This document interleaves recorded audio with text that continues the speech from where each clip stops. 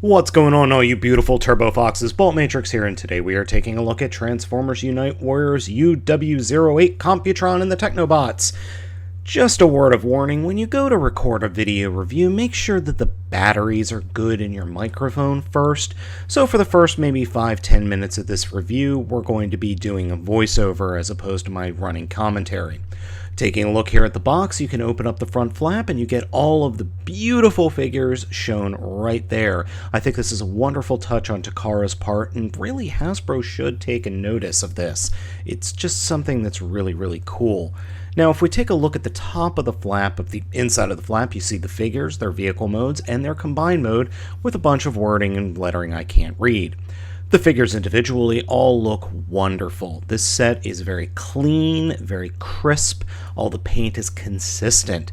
We've got Lightspeed and Afterburner here on the right, and they both look very good, with Afterburner being really red for some reason. Scattershot in the middle, and then the newer molds, Strafe on the right and Nosecone on the left. We're going to be taking a look at all of these figures here in a minute. Scattershot is just really solid looking though in this coloring. Taking a look at Lightspeed first, you can see that he is definitely not the same as the American version. He is using the breakdown / Sunstreaker mold. Specifically, I think this is the Sunstreaker version of this mold. It works well for the character. It's also very nicely painted, and it's nicely uniformly colored as opposed to the USA version. I think this is a fantastic version of Lightspeed in vehicle mode. The painting is really nice, as I said, but the thing that really makes me happy is the fact that they bothered to paint the windows. The USA version, they didn't bother to do that at all. And just the uniformity of the color scheme makes me happy. Now here's the USA version. You can see the major differences. That's not to say that the USA version is bad at all. It's actually pretty good, but it's the paint that's the problem. You have the strange, ununiform red on the sides, and there's no coloring to the windows, or to the windows. Yeah. Overall, I just like the Lightspeed figure better, and its transformation is exactly the same as this mold. We've had like 4 figures of this mold already, and it's the same.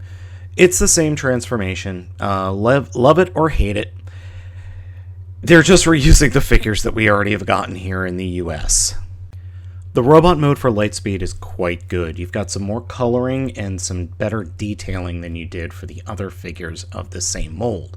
The overall look is quite nice, and the head sculpt is really something special, and is much closer to the original G1 head sculpt as opposed to the USA version. I also really like the guns. The kind of burnt orange look or coloring of the guns work well with the red and maroon that we've got going with this figure, and the slight hints of silver here and there also work incredibly well. It's just a wonderfully painted figure, which is something I can't say for the USA version. Not to say that the USA version is bad again. And speaking of the USA version, here he is in comparison with the Japanese version. Wow, is there a major difference between the two. Head sculpts are completely different, the molds are completely different, and the paint scheme is way different. In fact, the USA version's paint scheme really resembles Red Alert from the Protectobots more than it does Lightspeed. I do like the USA version, I don't think it's bad at all, but it's definitely not what the G1 aesthetic was going for in the least bit. Now, taking a look at the limb mode for Lightspeed, we're going to grab the figure, just take the front of the car and flip it onto the back of the vehicle mode, while first flipping down the front windscreen. And then, flip up the combiner port. And that's pretty much it. That's the limb mode. It's a very easy transformation and doesn't require much effort whatsoever. Now, compared to the USA limb mode, they're practically the same, except the USA limb mode is going to be significantly taller because of the new foot and ankle setup. That new foot and ankle setup is a big game changer.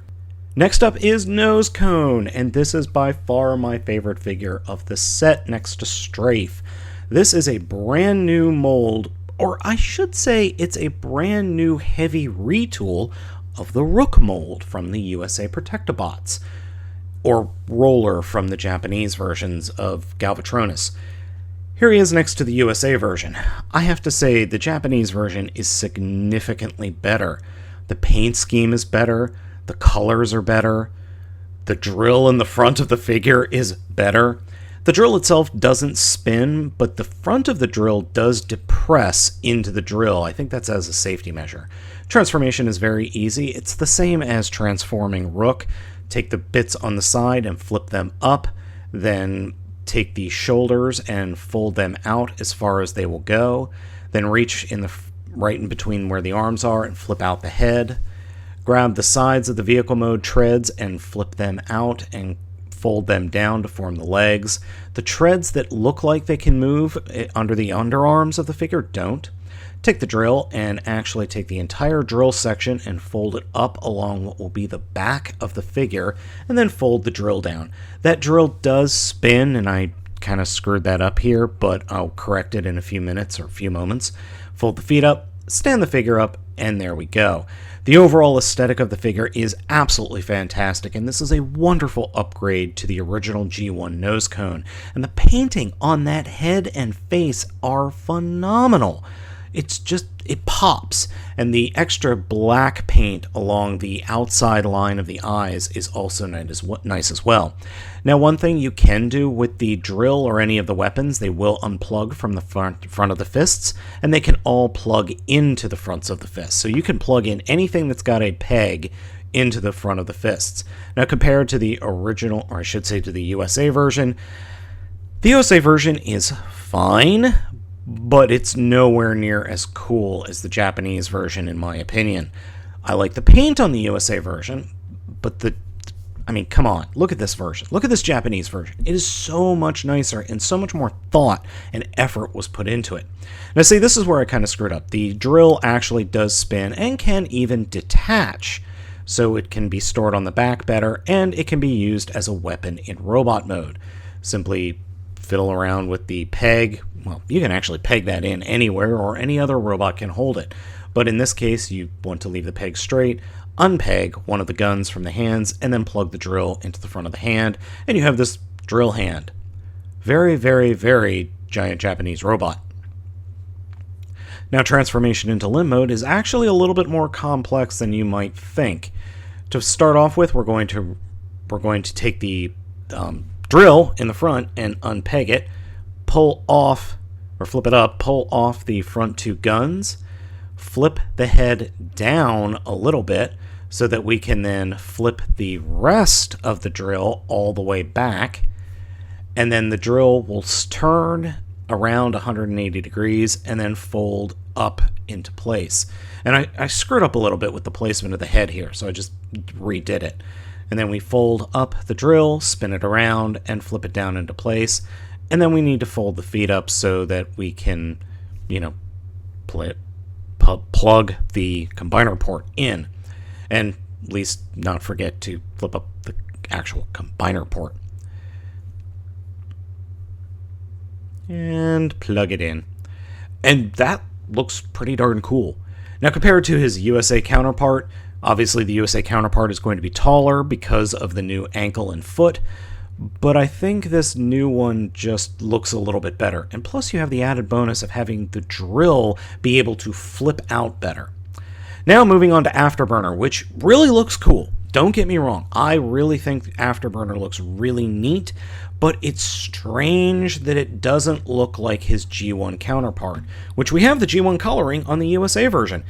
This is the only oddity in the paint scheme of the entire Computron set from Japan that has left me scratching my head. I don't understand why they went with this paint scheme. I don't get it. Is it something with the coloring? Is that what it is? I don't know. He does come with these two gigantic guns. I mean, they are comically huge. They're very cool, but comically huge. Transformation for Afterburner is exactly the same as his USA counterpart. Open up the back of the vehicle mode, flip the legs out, then we can unpeg the legs, flip the tires around, which actually is a little bit difficult in this version because the pegs that hold the legs together are actually incredibly tight. And then flip out the arms at the top or the front of the bike mode, flip up the windscreen, and expose the head. Transformation, as I said, exactly the same as the figure. The overall aesthetic of the vehicle mode, of the robot mode, is really quite good, even though the paint scheme is that of blades from the Protectobots. I really don't get it. It's just kind of odd. Though he is the only figure with light piping in this set, and I don't get it. This is something I don't get. Why did they design these figures, or why aren't the instructions such that this figure on both sides has such a gigantically comically large backpack? A comically gigantic backpack. The Japanese version has a giant wheel sticking off the back of his head, which you can do in the original G1 figure, and the USA version has a giant windscreen poking off the back of his head. I actually like the USA version in this configuration better in this case, but it's still incredibly stupid. And speaking of incredibly stupid, look at the size of the guns compared to the USA version. I mean, it's so dumb. Transformation into the limb mode is exactly the same as the USA version. So we will just combine the legs, turn the arms 180 or forearms 180 degrees, fold the forearms down into the body, and sorry, I just got a notice on my computer. Flip the head in, connect it, turn it so that the legs are pointing forward, and then take what will be the combiner port hands, flip them in, and just situate them to make a, hand. And that's it. That's all she wrote. Now that is a little bit different than, forgot this top part up here, is a bit different than what the Japanese or the USA version has, where it's got a different fist and different color scheme. That's about it. You can also kind of twist the bike front in this way with the wheel pointing in, or like I have there on the USA version, you could flip it out like that. Either way works, doesn't really matter. Next up is Strafe, and wow, this is an interesting looking alt mode. It's very, I don't know, I'm not sure what to make of this. It really does make me think of kind of like a space shuttle, but it is really, really cool. It's like a weaponized space shuttle. Now, it is significantly different from the USA version here on the left. The USA version is nowhere near as white, it's more of a gray, and looks more like a flying battle platform as opposed to a space shuttle with guns. One thing I did notice about the Japanese version is the wings have a lot of play in them, where the USA version does not. They both look equally cool, though, so don't get me wrong. I think they both look fan-freaking-tastic. Now, this version of Strafe has a definitely different transformation to it. To start off with, we will take the little gun away, pop open the top of the figure, flip out the head that does have a tendency to fall off its pegs very, very easily. So, yeah, just be wary of that. And then this whole section will fold back and flip the guns down, and then we'll reattach the head. With the head reattached, turn it 180 degrees, come to the sides, and flip out what will be the arms. Take the wings, fold them down straight to the bottom of the vehicle mode, and flip them around and fold them inside themselves like that. Then come to the back and open up, or we can also fold up these little tail wings. That'll help as well, like so. And then we grab the leg sections and fold them out, or I should say the rear of the vehicle mode, and completely fold them out, and then grab the feet, or what will be the feet, fold them out, and then flip them back up like that. Take the leg section and turn them 180 degrees, which is actually rather difficult because this torso articulation is very, very tight. And there we have Zerobot mode. I think this is the only truly original mold in the entire set. It's really nifty.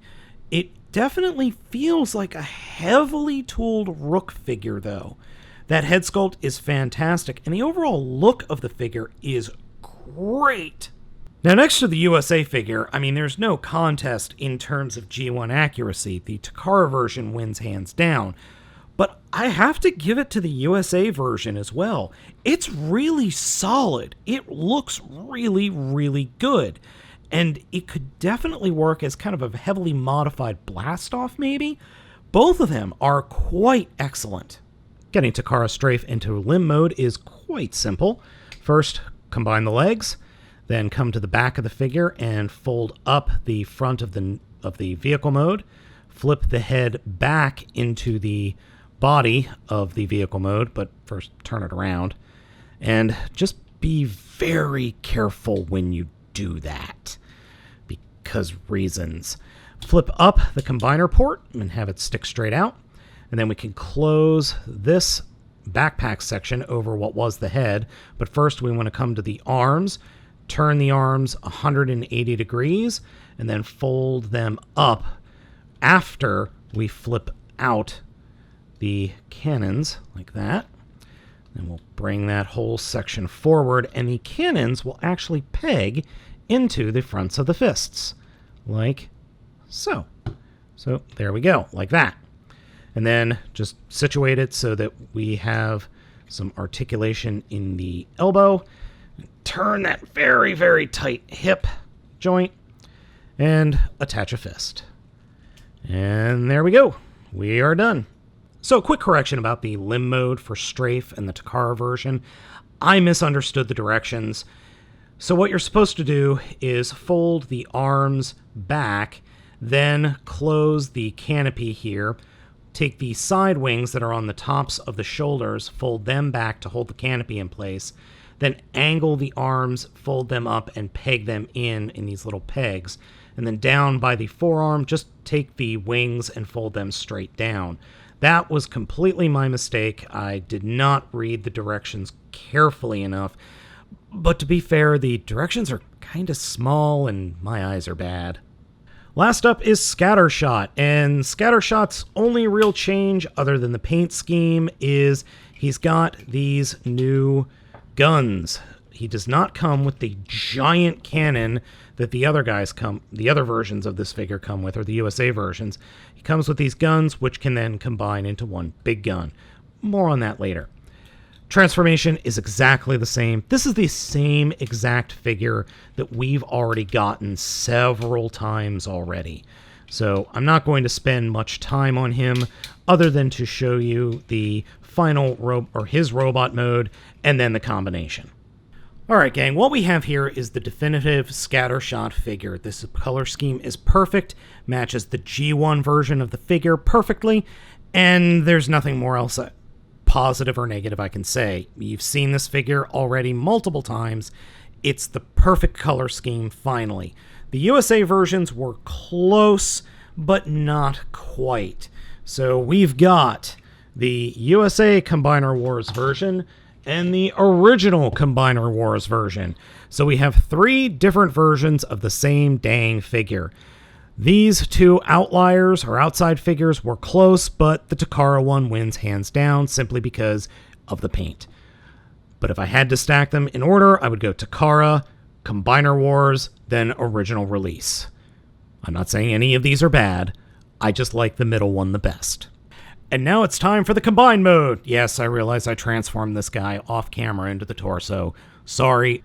Takara's version of Computron is incredibly nice looking and really does work better than the USA version in terms of the G1 color scheme. If you're not a fan of the G1 color scheme, I can totally understand that.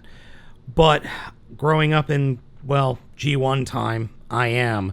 And I really like the look of this figure. Also, this figure does not suffer from the same wobbliness that my USA Computron suffers from. And that chest piece is completely different than the USA version, along with the head sculpt and the face sculpt. That face sculpt is so much better than the USA version. Only complaint I can even think to levy against it is the lack of the G1 color scheme on Afterburner. All of the weapons are easily stored. They do combine, most of them combine into this really cool gun, and it works really, really well. Just overall, the set as a whole works incredibly well. Now, here is the USA version next to the Japanese version, with a missing gut section. I forgot to fold that up. Both of these figures, both of these sets are incredibly good. There are minor little issues with both. The USA version, I think, suffers more from mold degradation, especially here in the hips of the combined mode, and it's very wobbly, but it's also got the new feet and the new hands and a G1 accurate afterburner. The Japanese version is strong in all of its components and holds together really well, but it has the older hands and feet and is a little bit shorter, but I like it better. I just do. Though I'm probably going to put this afterburner in place of the red one. Just a personal preference. Overall, both sets are equally cool. If you have to have the G1 aesthetic, go with the Takara version. But if you're okay with not having that aesthetic, get the Hasbro version. It's a perfectly fine figure set. Plus, it also comes with extra yellow figures, which those little dudes are pretty awesome. So gang, I hope you have enjoyed these video reviews of Computron, USA, and Japan. As always, I'm Baltmatrix, asking you to like, comment, and subscribe, and I will catch you next time.